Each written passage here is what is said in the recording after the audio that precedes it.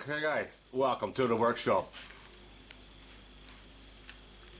Not sure where my dog went. It was just me and the dog sitting out here. I had the fire going for a little bit, debating on if I should do a video or not. I have lots of ideas for videos. Which one am I going to use? Which topic are we talking about tonight? And I decided to talk about how I paid off my 25-year mortgage in 5 years. Now, if you read my book, you know, and this is just not going to be all that interesting to you. But if you haven't read my book and you want to, the link is in the video description. All proceeds will be given away to the needy. And my book is available on Amazon and in PDF download right now. PDF works best actually for profit wise. Since this is for charity, profit is important. Let's get straight to it. My mortgage, I got my house in my first house 1997. In July I moved in. I bought the house when I was 21, but by the time I moved in I was 22, which is a pretty good feat in itself. And I signed a 25-year mortgage, which I paid off in 5 years less 1 or 2 months, just because the bank was done with me and they let me pay it off early. I'm pretty sure I still had to pay the interest rates up to what it would have been anyway, but I got it done, paper signed, and all that good stuff. So how I did it was quite simple. I listened to people that been there before. I listened to people that said, if I were you, this is what I would do. Or people that said, if I had to do it again, this is how I would do it. And I listened to all those people and followed what I thought would work best for me. Now we'll get to each step. The biggest thing I did and the most important thing I did was I paid my mortgage every week. I got paid on Friday and I set it up so my mortgage payment came out Monday morning. Every Monday morning I made a mortgage payment, which might seem strange, but that mortgage payment was very small compared to what it would have been if it was once a month. You think about it, it is a quarter of the payment, right? A lot of people do bi-weekly or twice a month or every second Friday or something like that. A lot of people have done it like that. By doing every second Friday or, you know, every second week, you're making 13 months worth of payments in a year, right? And that takes off the interest. That makes a huge difference to the interest.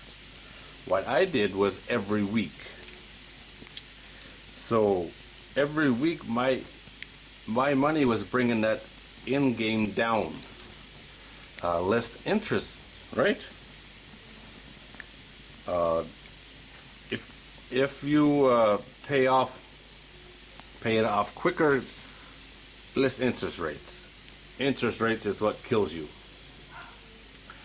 When I was done my first 5 years, and I knew this going in because the paperwork told me that, in 5 years I made 6 years worth of payments, meaning after 5 years I only had 19 more years to go instead of 20. So that's a smart thing to do right there, right? So that was step one.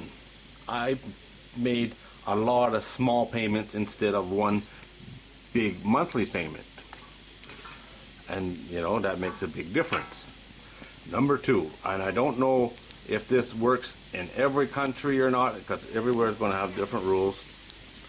When I signed my mortgage, the first couple of years, I was allowed to pay 10% of the initial amount. So let's say if I borrowed $100,000 every year, I was allowed to make one extra payment of $10,000. Now that comes right off the principal, right?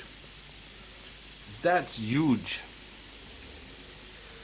And I did that. In the last 2 years or something, the rules had changed and I was allowed to make 15% payment. So that, that just knocks the principal right on its ass really quick. And every chance I got to pay more money towards the principal, I did it. I took my income tax return. That's how I was doing it. That's how I was getting the 10%. I was taking my income tax return plus the money I saved. I started a separate account at the bank. So I was working away at the time, and any money that, because the company had to pay for my hotel, pay for my food, and any money that I had left over out of that was over and above my actual salary, I saved it every week, went into this separate account. Again, got the idea from the guy I work with. That's what he did. That's how he paid for his car. Or that's how he kept buying new cars, And instead of just putting it all in one big pot and you just blow it anyway, he always kept that money aside, and when he had enough, he bought a new car. Pretty good deal. His wife was doing the same thing with whatever her business was. So I did that. Now all of these stuff is, you got to have the money, right? There's no quick and easy. You got to earn the money in order to do it, but anything you can put towards that principal gets that interest rate, just hits it right on the head. The less you got to pay interest rates on, the better. Another thing I did, before all of this, I got one bank going against the other. I got pre-approved for my mortgage at one bank. The first bank turned me down flat. Nope, you don't have a full-time job, you cannot qualify for a mortgage. I don't have a full-time job, but I work 4,000 hours a year. You describe full-time, But technically, they called my boss, and my boss said, no, he's call out, no guarantees. And which is true. But I got called a lot. So I was turned down by the first bank. The second bank I went to, I got pre-approved at whatever interest rate it was. I can't remember now, 7%, or I think it was about 7 or 7.25. It was 7. And then my real estate agent knew a mortgage broker at a different bank, and he got her to call me. And she called, and I didn't know she was going to call. She called one night and told me who she was, and now she got my number and said she wanted to offer me a mortgage because she knew I was already pre-approved. That's why I listened to her story, and she said, she asked, how much are you approved for, what interest rate? And I told her 7%, and she said, okay, I can match that and knock 1/4% off. So it'd be 6 3/4, which is be a good savings over 5 years, right? Because how the Canadian mortgage works is 25 years, but every 5 years you got to sign a new interest rate, something like that. It's in 5-year blocks. So I signed in for my first 5 years, 1/4%. That adds up, right? That's real money. And I said, no, thank you. I'm not changing banks for such a small amount. You have to do better. She said, well, I'll go talk to the boss and see what the boss has to say. And the next morning, she called me back. I wasn't at home. I was at work, I think. And Anyway, when I got to talk to her the next time, she said, okay, I was 6 1/4 sound. I said, sounds like a good deal to me. And she said, good. So it's a deal. She said, you're the first person I've ever given a mortgage to that I've never actually met. She had no paperwork on me at all, didn't know nothing about my financials at all, and she approved me for a mortgage rate that I negotiated down 0.75% from what the other bank had offered me. So that was a good savings. I had nothing to lose, right? I was already approved. And I know I could have got the 6 3/4 that she already offered me that I turned down. I'm sure she would have given me that again anyway if she didn't go any lower. So what did I have to lose? So all in all, it's all about interest, getting rid of that interest. It's like a credit card. If you only pay the bare minimum on a credit card, the credit card company is going to love you because you're making them rich. You know? When I went in to pay off to sign the final paperwork for the house, to finish off the mortgage, the bank manager came over to me and whispered very innocently in my ear that banks don't like people like me.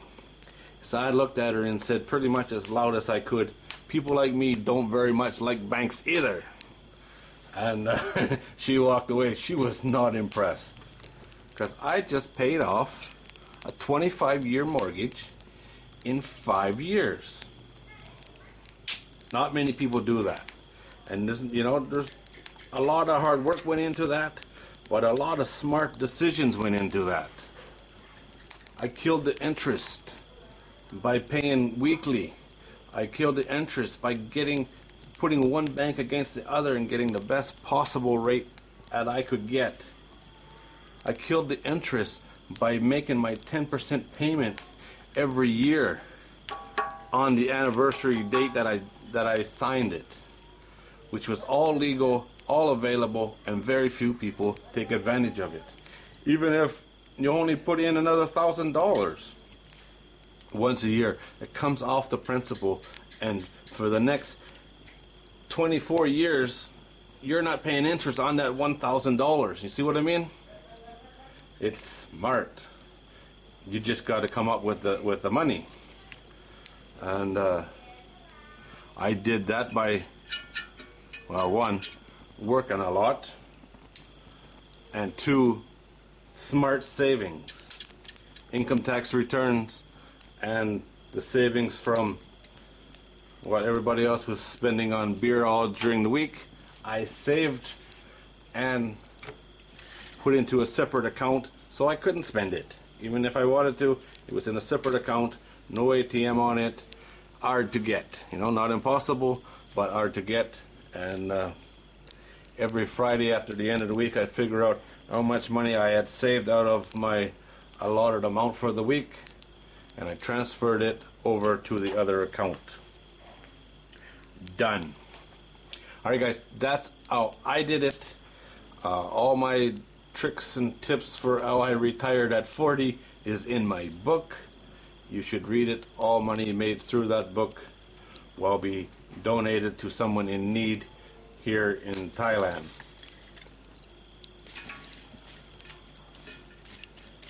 No rich CEOs is getting any part of the money. That's for sure. Alright guys, as always, thanks for watching. I do appreciate it. Think before you buy. That's what an old guy told me once. Think before you buy. Do you really need it?